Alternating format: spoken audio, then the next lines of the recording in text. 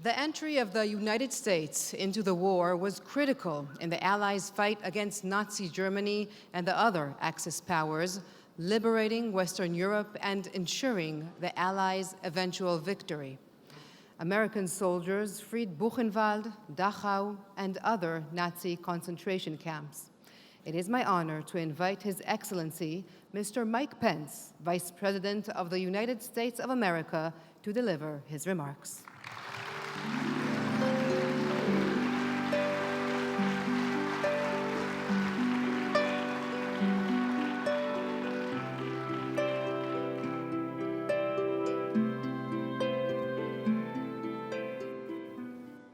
President Rivlin, Prime Minister Netanyahu, Your Majesties, Presidents, Excellencies, honored survivors, and distinguished guests. It is deeply humbling for me to stand before you today on behalf of the American people as we mark the 75th anniversary of the liberation of Auschwitz. On this occasion, here on Mount Herzl, we gather to fulfill a solemn obligation, an obligation of remembrance, to never allow the memory of those who died in the Holocaust to be forgotten by anyone, anywhere in the world.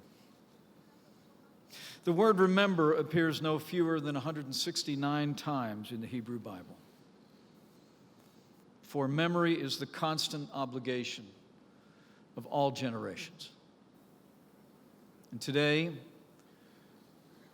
we pause to remember what President Donald Trump rightly called the dark stain on human history, the greatest evil ever perpetuated by man against man in the long catalog of human crime. The faces of 1.5 million children reduced to smoke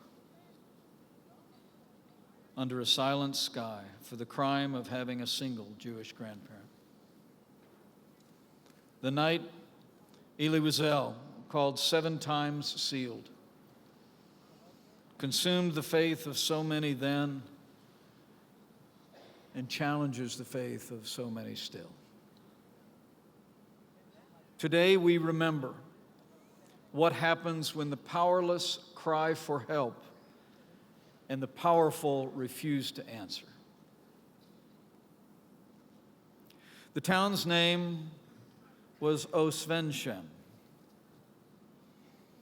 As part of their plan to destroy the very existence of Polish culture, the Nazis gave Polish towns German names, and this one they called Auschwitz. When soldiers opened the gates of Auschwitz on January 27, 1945, they found 7,000 half-starved, half-naked prisoners. Hundreds of boxes of camp records that documented the greatest mass murder in history. Before the war was over, in its 5 years of existence, more than 1.1 million men, women, and children would perish at Auschwitz.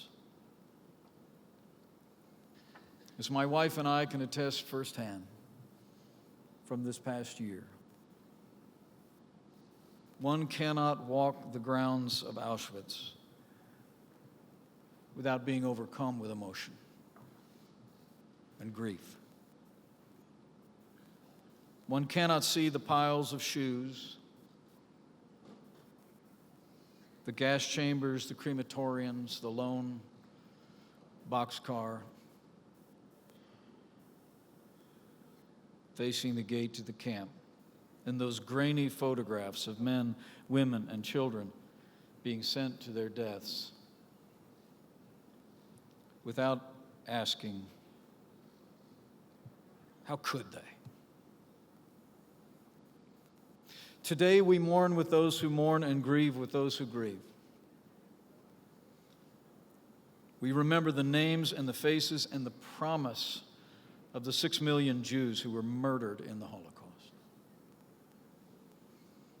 Today, we also pay tribute to those who survived,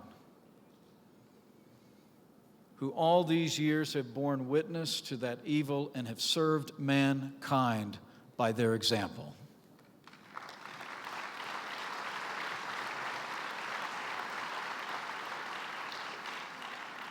And today we honor and remember the memory of all the Allied forces,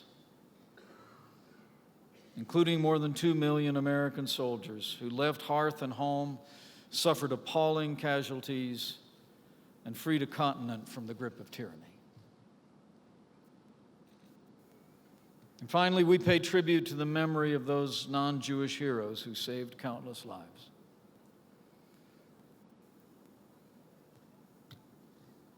Those the people of Israel call the righteous among the nations. In an age of indifference, they acted. In an age of fear, they showed courage. And their memory and their example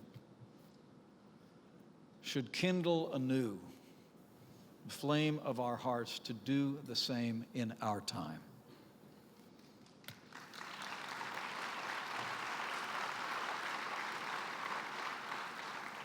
We must be prepared to stand as they did against the wave of their times.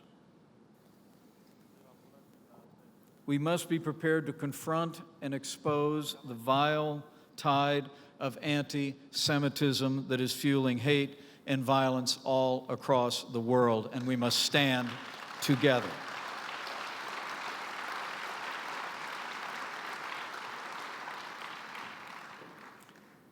In that same spirit,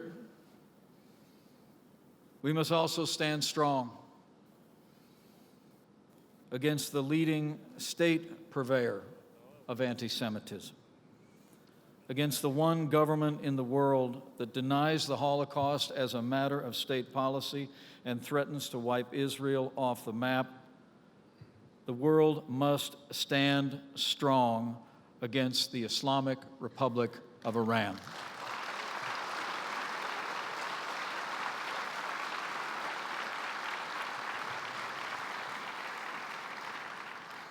And finally, we must have the courage to recognize all the leaders and all the nations that are gathered here, that today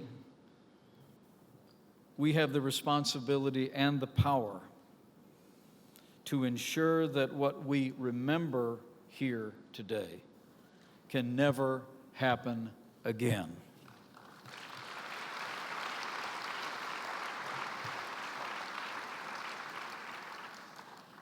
Mr. Prime Minister, as we honor and remember the 6 million Jewish martyrs of the Holocaust, the world can only marvel at the faith and resilience of the Jewish people, who just 3 years after walking in the valley of the shadow of death, rose up from the ashes to reclaim a Jewish future and rebuild the Jewish state.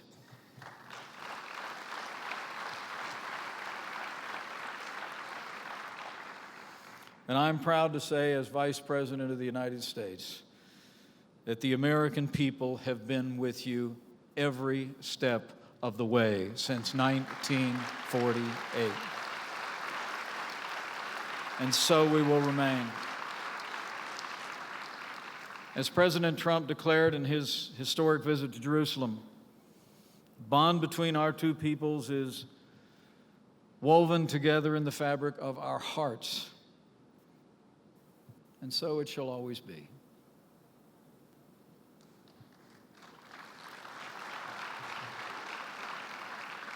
Today we remember not simply the liberation of Auschwitz, but also the triumph of freedom.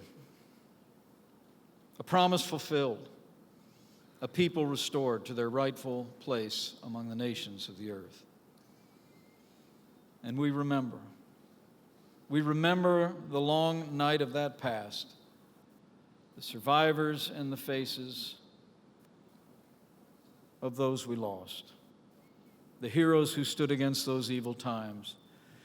And today we gather, nearly 50 nations strong, here in Jerusalem to say with one voice, never again.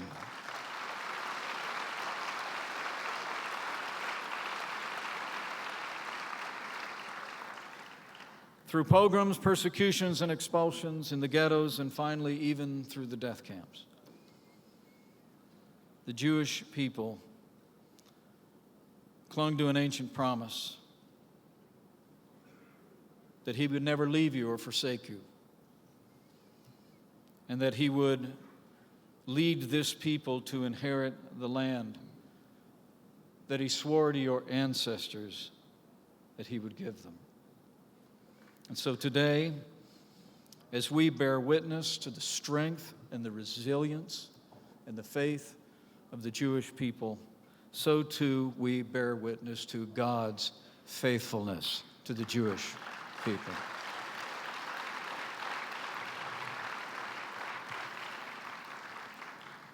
May the memory of the martyrs be enshrined in the hearts of all humanity for all time.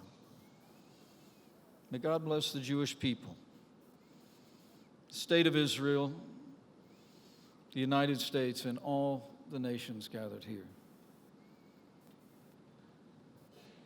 And may he who creates peace in the heavens create peace for us and for all the world. Oseh shalom bimro ma, huye aseh shalom. Aleinu v'akol Yes Israel, Vayim Ru. Amen.